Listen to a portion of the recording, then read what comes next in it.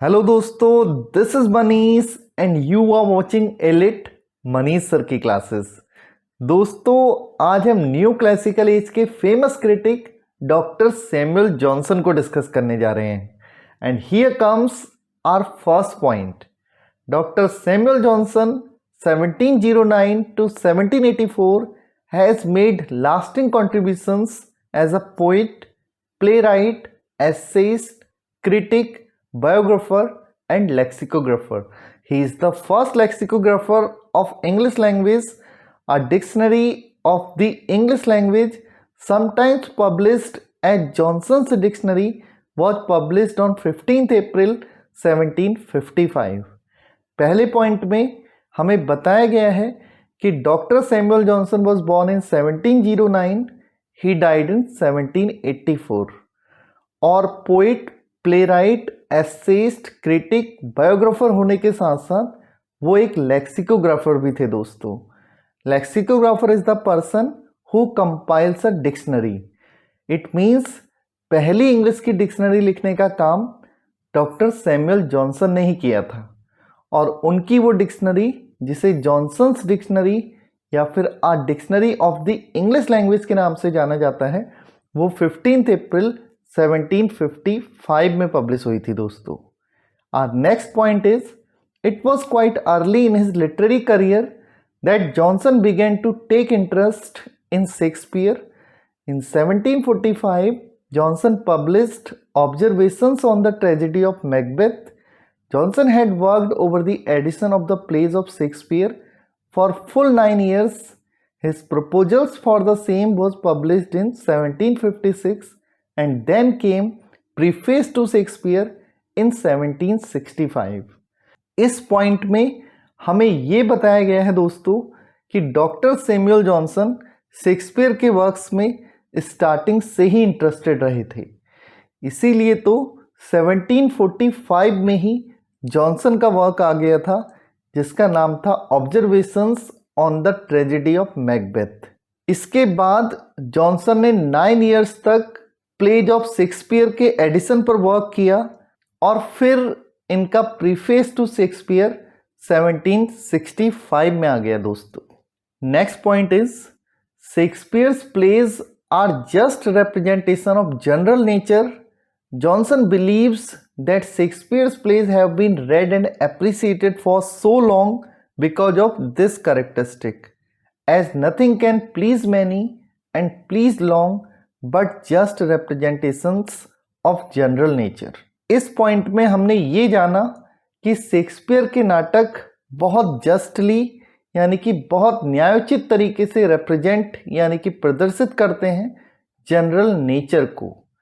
General nature का मतलब यहाँ पर ह्यूमन नेचर से है। दोस्तों, जॉनसन ये मानते हैं कि शेक्सपियर के नाटकों को इसीलिए अभी तक पढ़ा और एप्रिसिएट किया जाता है क्योंकि उनके वर्क्स में ये कैरेक्टरिस्टिक थी।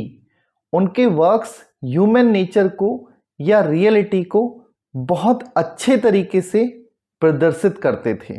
आगे जॉनसन लिखते हैं कि कोई भी चीज बहुत सारे लोगों को बहुत लंबे समय तक तभी आनंदित कर सकती है अगर वो जस्टली रिप्रेजेंट करे जनरल नेचर को। Next point is about the characterization of Shakespeare. Johnson writes, in the writings of other poets a character is too often an individual. In those of Shakespeare, it is commonly a species. Shakespeare के characterization पर Johnson लिखते हैं कि दूसरे poets के character ज़्यादातर एक individual ही बने रहते हैं, लेकिन शेक्सपियर के कैरेक्टर्स सिर्फ एक जने को नहीं, उस प्रजाति के सभी लोगों को दिखा देते हैं। Next point is, Shakespeare, Johnson rights, is above all writers, at least above all modern writers, the poet of nature, the poet that holds up to his readers a faithful mirror of manners and life. Shakespeare is great because his characters are faithful representation of general human nature. His characters are universal but they are individual also. इस point में हमें ये बताया गया है दोस्तों कि Shakespeare सारे राइटर्स में सबसे ऊपर और कम से कम मॉडर्न राइटर्स में तो द पोइट ऑफ नेचर हैं ही। ये वो पोइट हैं जो कि अपने रीडर्स को faithful mirror of manners end of life दिखाते हैं। अर्थात अपने वर्क्स के माध्यम से शेक्सपियर अपने रीडर्स को लाइफ और मैनर्स का एक फेथफुल आईना दिखाता है। जॉनसन शेक्सपियर को महान मानते हैं क्योंकि उनके characters faithful representation of general human nature हैं दोस्तों। His characters are not exaggerated, they have common feelings and virtues of humanity. Johnson writes, Shakespeare has no heroes. His scenes are occupied only by men who act and speak as the reader thinks that he should himself have spoken or acted on the same occasion. This results in Johnson's view that his drama is the mirror of life. In this point, we have written कि Shakespeare के जो characters हैं उन्हें कभी भी एग्जेग्रेट करके यानी कि बड़ा चढ़ाकर नहीं दिखाया जाता है। वो मानवता के उन कॉमन फीलिंग्स और वर्च्यूज को दिखाते हैं जिससे हम सभी लोग भली भांति परिचित हैं। जॉनसन लिखते हैं, शेक्सपियर के नाटकों में कोई हीरो नहीं है, उसके सीन्स को उन इंसानों द्वारा निभाया जाता है जो कि वही काम करते हैं और वैसे ही बोलते हैं जैसा कि पाठक सोचते हैं कि उन्होंने किया होता या उन्होंने बोला होता अगर वो उस अकेजन पर वहाँ मौजूद रहे होते। और यही बात जॉनसन के इस विचार को प्रकट करती है कि शेक्सपियर के नाटक मिरर ऑफ लाइफ को दिखाते हैं। Next point is the end of writing. Johnson says in the preface to Shakespeare is to instruct. The end of poetry is to instruct by pleasing. According to him, poetry in the first instance is an imitation of life which represents not merely the particular with which it deals but through it the universal. इस point में हमने ये लिखा है कि Johnson कहते हैं कि किसी भी लेखन का उद्देश्य इंस्ट्रक्ट करना होना चाहिए, लेकिन अगर काव्य यानी कि पोइट्री की बात आए तो उद्देश्य इंस्ट्रक्ट तो करना होना ही चाहिए, लेकिन आनंदित करते हुए। बाकी और न्यू क्लासिकल एज के क्रिटिक्स की तरह जॉनसन भी इंस्ट्रक्ट करने को प्लीज करने से पहले रखते हैं दोस्तों। और उनके अनुसार पोइट्री पहली नज़र में देखे तो इमिटेशन ऑफ लाइफ है, उसमें जीवन की नकल की जाती है जो सिर्फ उस पर्टिकुलर चीज को नहीं दिखाती जिसके बारे में ये बता रही होती है, बल्कि उसके माध्यम से यूनिवर्सल यानी कि सार्वभौमिक सत्य को प्रकट करती है। Next point is in the preface to Shakespeare, Johnson praises Shakespeare for his maintenance of unity of action and shows the violation of other unities to be his comprehensive genius rather than artistic failure. इस point में हमने लिखा है कि अपने preface to Shakespeare में Johnson Shakespeare की तारीफ करता है कि वो पहली वाली यूनिटी ऑफ एक्शन को अपने प्लेज में अच्छे से फॉलो करता है, लेकिन बाकी की दो यूनिटी ऑफ टाइम और यूनिटी ऑफ प्लेस को जो शेक्सपियर अपने नाटकों में ज़्यादातर नहीं फॉलो करता है, उसके लिए वो शेक्सपियर की बुराई नहीं करते, बल्कि उसके लिए भी वो शेक्सपियर की तारीफ ही करते हैं। वो कहते हैं कि दो यूनिटीज का वायलेशन करना उनके कॉम्प्रिहेंसिव जीनियस को दिखाता है बजाय कि उनके आर्टिस्टिक फेलियर को। शेक्सपियर का सिर्फ एक ही नाटक है दोस्तों जिसमें वो तीनों यूनिटीज फॉलो करता है, unity of action, unity of time और यूनिटी ऑफ प्लेस, और उस प्ले का नाम है Tempest, which is the swan song of William Shakespeare, friends. Next point is, in the preface to Shakespeare, Johnson writes that comedy came natural to Shakespeare and not tragedy. In tragedy, he writes with great appearance of toil and study, but in comic scenes, He seems to write without labor. In his tragic scenes, there is something always wanting, but his comedy often surpasses expectation. Johnson says his tragedy seems to be skill, his comedy to be instinct. इस point में हमने लिखा है कि Samuel Johnson Shakespeare की comedies को ज़्यादा पसंद करते हैं बजाय कि उनकी ट्रेजेडीज के, और वो लिखते हैं कॉमेडी शेक्सपियर की इंस्टिंक्ट थी, यानी कि नेचुरली आने वाली चीज़ थी, जबकि ट्रेजेडी स्किल थी जिसके लिए उन्हें मेहनत करनी पड़ती थी। जॉनसन लिखते हैं कि अपनी ट्रेजेडीज़ में शेक्सपियर खूब मेहनत करता हुआ, खूब स्टडी करता हुआ दिखता है, लेकिन कॉमिक सीन्स को वो बिना मेहनत के ही लिख देता है। ट्रेजेडी को खूब मेहनत से लिखने के बाद भी उनमें कहीं ना कहीं कोई कमी तो छूट ही जाती है, लेकिन कॉमेडी हमेशा हमारी एक्सपेक्टेशन से आगे निकल जाती है। इसीलिए जॉनसन लिखते हैं his tragedy seems to be skill. Shakespeare की ट्रेजेडी स्किल है जिसे उसने मेहनत से प्राप्त किया है, लेकिन his comedy to be instinct, लेकिन उसकी कॉमेडी इंस्टिंक्ट यानी उसकी अभिवृत्ति है जो उसके पास खुद ब खुद चली आती है। Next point is Johnson speaks in favour of Shakespeare's mingling of the tragic and comic elements by the rules of the critic. No doubt it stands condemned, but there is always, says Johnson, an appeal open from criticism to nature. Johnson Shakespeare जो अपने tragedy में comic elements मिलाता है उस चीज़ की भी तारीफ ही करते हैं। वो कहते हैं कि ज़्यादातर क्रिटिक्स ट्रेजेडी में कॉमिक एलिमेंट्स के मिलाने को सही नहीं मानेंगे, लेकिन जॉनसन के अनुसार there is always an appeal open from criticism to nature. यहाँ पर नेचर का मतलब ट्रूथ या रियलिटी है। तो न्यू क्लासिकल एज में हमने देखा कि नेचर के जो मीनिंग्स हैं वो हैं ह्यूमन नेचर, ट्रूथ और रियलिटी। इस कोटेशन में जॉनसन कहते हैं कि एक अपील हमेशा ओपन रहती है क्रिटिसिज्म की तरफ से नेचर यानी कि ट्रूथ को जानने के लिए। Next point is Johnson defends tragicomedy on two grounds. The alternation of pleasure and pain in a play pleases by its variety.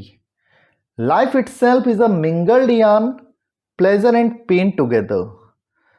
इस पॉइंट में हमने ये लिखा है कि शेक्सपियर के ट्रेजी कॉमेडी के प्रयोग को जॉनसन दो ग्राउंड्स पर सही ठहराता है।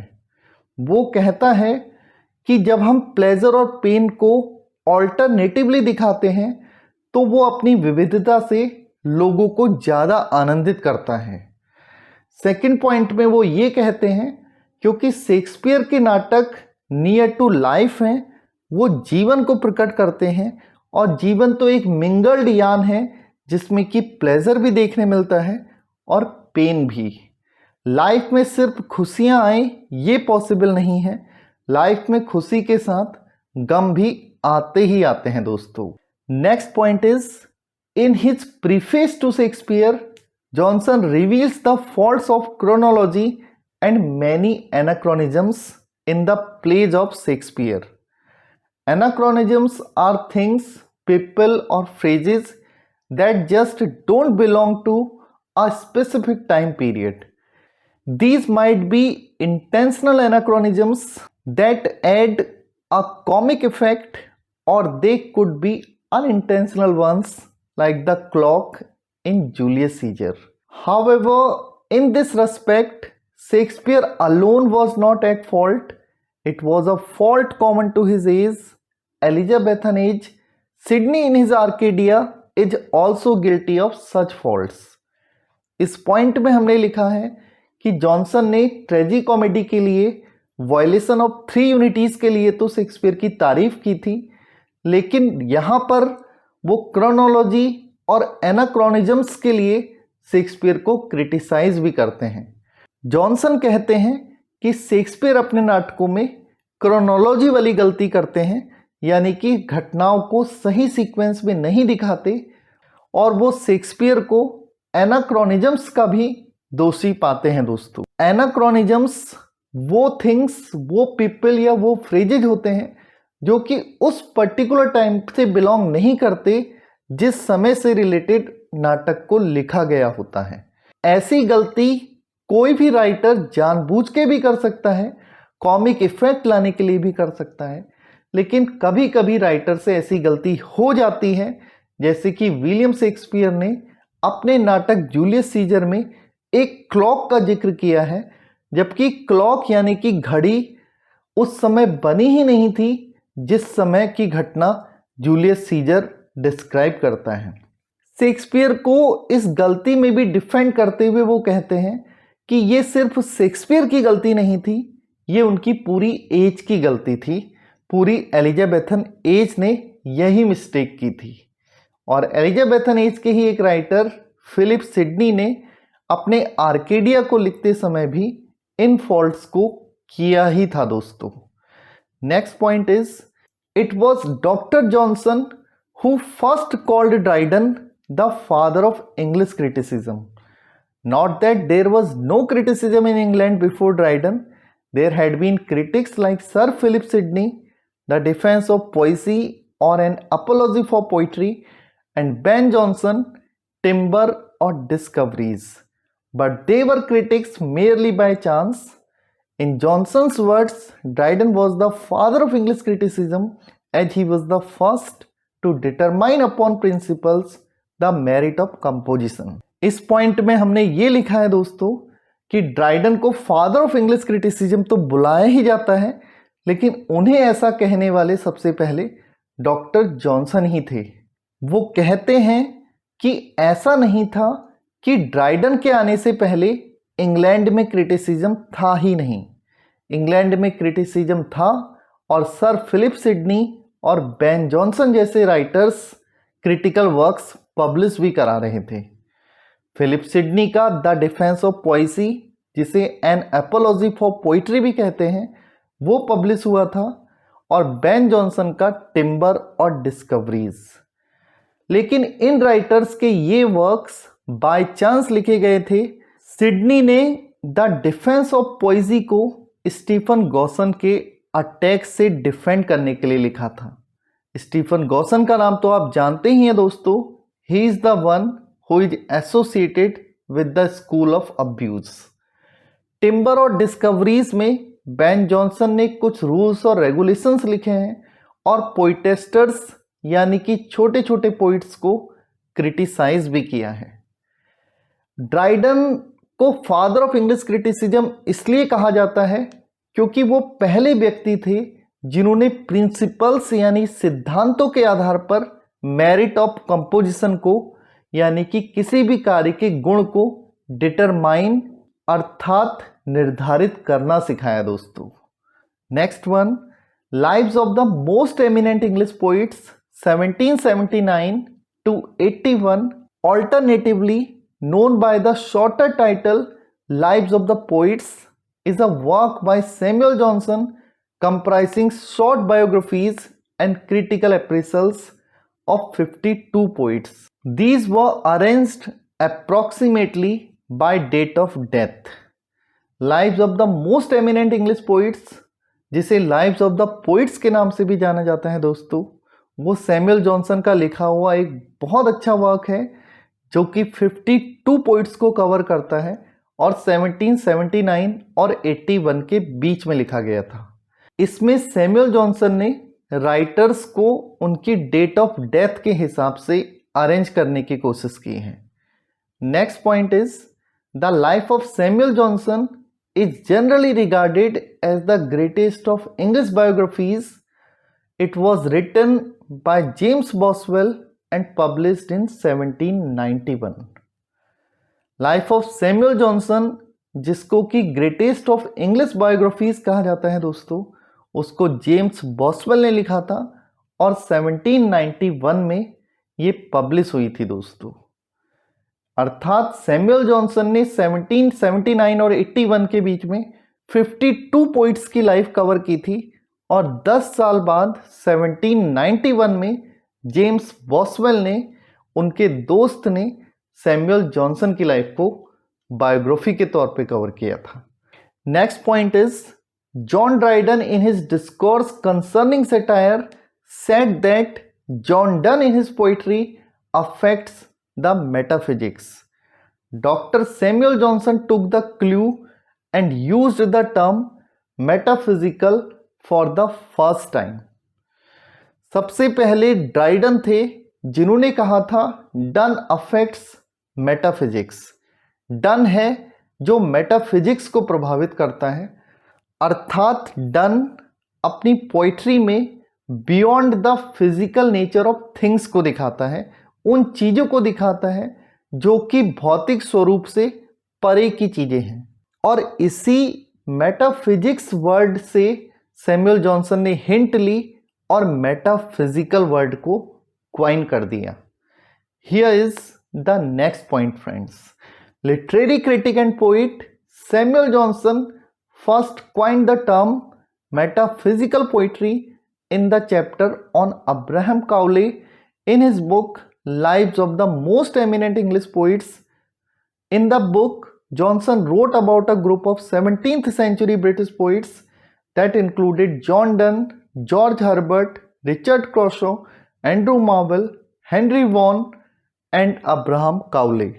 इस पॉइंट में ये बताया गया है दोस्तों कि सैमुअल जॉनसन वो व्यक्ति थे जिन्होंने मेटाफिजिकल पोइट्री टर्म को क्वाइन करने का काम किया था, और इस टर्म का सबसे पहला प्रयोग उन्होंने lives of the most eminent English poets के अब्राहम काउले की लाइफ में किया था दोस्तों। अपनी बुक में जॉनसन ने 17th सेंचुरी के कुछ सेलेक्टेड पोइट्स को मेटाफिजिकल पोइट्स का नाम दिया था, और ऐसा उन्होंने इन पोइट्स को एप्रिसिएट नहीं क्रिटिसाइज करने के लिए किया था दोस्तों। इसी से रिलेटेड हमारा नेक्स्ट पॉइंट है, Johnson criticized metaphysical poets for the use of conceits and show of knowledge. According to him the metaphysical poets were men of learning and to show their learning was their whole endeavour. इस point में हमने ये लिखा है कि Johnson metaphysical poets को criticize करता है क्योंकि वो कॉन्सीट्स का बहुत ज़्यादा प्रयोग करते हैं। यहाँ पे कंसीट का मतलब फार फेज्ड इमेजेस से है दोस्तों। जॉनसन कहते हैं कि मेटाफिजिकल पोइट्स बहुत दूर दूर की इमेजेस को प्रकट किया करते थे या ऐसे एग्जाम्पल दिया करते थे जिसके बारे में आम इंसान सोच भी नहीं सकता है।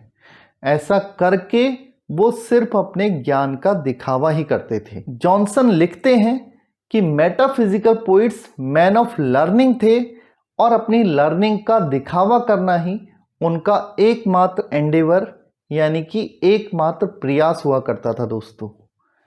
Next point, Johnson writes that in the metaphysical poetry the most heterogeneous ideas are yoked by violence together. Nature and art are ransacked for illustrations, comparisons and allusions. इस पॉइंट में जॉनसन मेटाफिजिकल पोइट्री को criticize करते हुए कहते हैं कि metaphysical poetry में अलग अलग प्रकार की चीज़ों को जबरदस्ती हिंसा का प्रयोग करके एक साथ लाने की कोशिश की जाती है। नेचर और आर्ट को सिर्फ इसलिए रैंसैक किया जाता है, उसके साथ लूटपाट की जाती है ताकि मेटाफिजिकल पोइट्स अपनी पोएम्स में इलस्ट्रेशंस, कंपैरिजंस और एल्यूशंस प्रकट कर सकें दोस्तों। Next point is, to Johnson blank verse seems to be verse only to the eye in the chapter life of Milton in his book lives of the most eminent English poets. This way he has criticized John Milton for making the use of blank verse in his world famous epic Paradise Lost। इस point में Johnson ने blank verse को criticise किया है और ये कहा है कि ब्लैंक वर्स एक ऐसी वर्स है जो सिर्फ आई के लिए बनी है, जो सिर्फ देखने में अच्छी लगती है। और ये बात जॉनसन ने लाइफ ऑफ मिल्टन में कही है दोस्तों। इस आधार पर वो जॉन मिल्टन पे भी निशाना साधते हैं और जॉन मिल्टन को उनके पैराडाइज लॉस्ट जो कि वर्ल्ड फेमस एपिक था उसमें प्रयोग किए हुए ब्लैंक वर्स के लिए फटकार लगाते हैं। लेकिन पैराडाइज लॉस्ट को वो अप्रिसिएट भी करते हैं क्योंकि उसमें मॉरलिटी को दिखाया गया है। मॉरलिटी दिखाना या फिर टीच करना ही न्यू क्लासिकल एज के राइटर्स का प्रमुख उद्देश्य हुआ करता था दोस्तों। In life of Milton, Johnson defines poetry as the art of uniting pleasure with truth by calling imagination to help the reason. Johnson held that the imagination of the poet must be controlled by reason. Johnson held truth in higher esteem than beauty. That is why he denounced Lycidas and the allegory of sin and death in Paradise Lost. Life of Milton में ही John poetry को परिभाषित करते हुए कहते हैं कि poetry is the art of uniting pleasure with truth. Poetry में हम ट्रूथ के साथ प्लेजर को मिलाने का काम करते हैं और रीजन की हेल्प के लिए इमेजिनेशन को बुलाया जाता है। जॉनसन क्योंकि न्यू क्लासिकल एज से बिलोंग करते थे दोस्तों, इसीलिए वो इमेजिनेशन से पहले रीजन को रखते हैं और ब्यूटी से पहले ट्रूथ की बात करते हैं दोस्तों। इसी आधार पर जॉनसन मिल्टन की अपने दोस्त एडवर्ड किंग की डेथ पर लिखी हुई एलिजी लेसिडस को क्रिटिसाइज करते हैं और पैराडाइज लॉस्ट में दिखाई हुई एलिगरी ऑफ सिन और डेथ को भी वो अच्छा नहीं समझते हैं दोस्तों। Milton's Lycidas was condemned by Samuel Johnson as insincere. Where there is leisure for fiction, there is little grief. In Lycidas, Johnson finds the diction is harsh, the rhymes uncertain, and the numbers unpleasing. He found the music of Lycidas harsh and one blade of grass. Samuel Johnson Milton की लिखी हुई elegy लेसिडस को insincere कहते हुए condemn करते हैं। वो कहते हैं जहां फिक्शन में लेजर आ जाए वहां बहुत कम ग्रीफ यानी कि दुख रह पाता है। जॉनसन लिसिडस के बारे में कहते हैं कि इसका डिक्शन बहुत हार्श यानी कि कानों को चुभने वाला है, इसकी राइम्स अनसर्टन यानी कि अनिश्चित है और इसके नंबर्स यानी कि सॉन्ग्स अनप्लीजिंग हैं। वो लिसिडस के म्यूजिक को हार्श बताते हैं, वन ब्लेड ऑफ ग्रास बताते हैं दोस्तों। Next point is as regards Paradise Regained, Johnson finds it elegant and instructive but inferior to Paradise Lost. He जजेस Samson Agonistes by classical rules and regulations and comes to the conclusion that it has no plot. He considers Milton a poor dramatist. इस point में हमें यह बताया गया है कि Johnson paradise regained को एलिगेंट और इंस्ट्रक्टिव तो मानते हैं लेकिन पैराडाइज लॉस्ट से इंफीरियर ही बताते हैं। वो सैमसन एगनिस्टिस जो कि मिल्टन द्वारा लिखा गया एक क्लोजेड ड्रामा है को क्लासिकल रूल्स और रेगुलेशंस के आधार पर परखते हैं और इस नतीजे पर पहुंचते हैं कि सैमसन एगनिस्टिस में तो कोई प्लॉट ही नहीं है और इस आधार पर वो मिल्टन के लिए बोलते हैं कि वो एक पुअर ड्रामेटिस्ट है। Next point is in life of Addison, Johnson praises Addison's prose and calls his style model of middle style. He says, whoever wishes to attain an English style, familiar but not coarse and elegant but not ostentatious, must give his days and nights to the volumes of Addison. इस point में Johnson के लिखे life of Edison की बात की गई है दोस्तों। और एडिसन को तो हम जानते ही हैं कि उन्होंने रिचर्ड स्टील के साथ मिलकर 1711 में द स्पेक्टेटर नाम का पीरियोडिकल फाउंड किया था दोस्तों। उन एडिसन के प्रोज की जॉनसन तारीफ करते हैं और उसके स्टाइल को मॉडल ऑफ मिडिल स्टाइल बताते हैं। वो ऐसा इसलिए करते हैं क्योंकि एडिसन का स्टाइल फैमिलियर तो था लेकिन कोर्स तो बिल्कुल भी नहीं, यानी कि परिचितता वाला तो था लेकिन उसमें भद्दापना नहीं था। एडिसन का स्टाइल एलिगेंट तो था, सुंदर तो था बट नॉट ऑस्टेंटेशस, लेकिन दिखावटी बिल्कुल भी नहीं था। इसीलिए जॉनसन लिखते हैं, जो भी व्यक्ति ऐसा इंग्लिश स्टाइल चाहता है जो फैमिलियर तो हो लेकिन कोर्स ना हो, जो एलिगेंट तो हो लेकिन ऑस्टेंटेशस ना हो, ऐसे व्यक्ति को दिन और रात एडिसन के वर्क्स को अच्छे से अध्ययन करना चाहिए। Our last point is about the preface to Shakespeare. John Bailey has written that the world cannot show any 60 pages about Shakespeare exhibiting so much truth and wisdom as these. John बेले preface to Shakespeare की तारीफ करते हुए कहते हैं कि कोई भी 60 पेजेज जो कभी भी शेक्सपियर पर लिखे गए हों इतना ज़्यादा ट्रूथ और विजडम नहीं दिखाते जितना कि प्रीफेस टू शेक्सपियर दिखाता है। दोस्तों, we find Samuel Johnson judging by set rules of old discovered and not devised in the tradition of Dryden and Pope. It is this habit of applying timed rules to the poet vendor discussion that makes Johnson the last great English critic who treated poets not as men to be understood but as schoolboys to be corrected. हम Samuel Johnson को कुछ set rules के आधार पर works को जज करते हुए पाते हैं दोस्तों, और वो जो रूल्स हैं वो क्लासिकल रूल्स हैं जिन्हें कि डिस्कवर किया जाता है, डिवाइस नहीं किया जाता है। ये ठीक वैसे ही था जैसे ड्राइडन और पोप किया करते थे। क्लासिकल रूल्स के आधार पर किसी भी लिटरेरी वर्क को जज करने की आदत ने ही जॉनसन को वो लास्ट ग्रेट इंग्लिश क्रिटिक बनाया जो कि पोइट्स को great man to be understood नहीं बल्कि school boys to be corrected मानते हैं। वो महान महान कवियों को भी उन स्कूल के लड़कों की तरह ट्रीट करते हैं जिन्हें कि करेक्ट किए जाने की ज़रूरत है। दोस्तों, rules of old discovered not devised, ये लाइन हमें अलेक्जेंडर पोप के एस्से ऑन क्रिटिसिज्म में देखने को मिलती है। दोस्तों, with this I end today's class.